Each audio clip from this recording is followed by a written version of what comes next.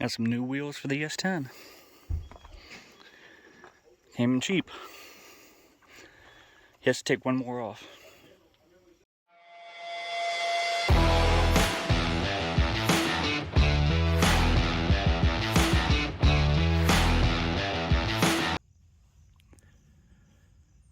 Well, there's the new shoes on the truck. I did lower it a little bit. The problem with it is they sent me 4-cylinder front springs instead of the 6-cylinder front springs. And yeah, that's too much. I like the way the back looks, but the front, not so much. That's a 2-inch drop spindle on a 1-inch drop spring. And well, you can see clearly right there. I mean, there's nothing. I'm sitting on the fender. So that's not going to work.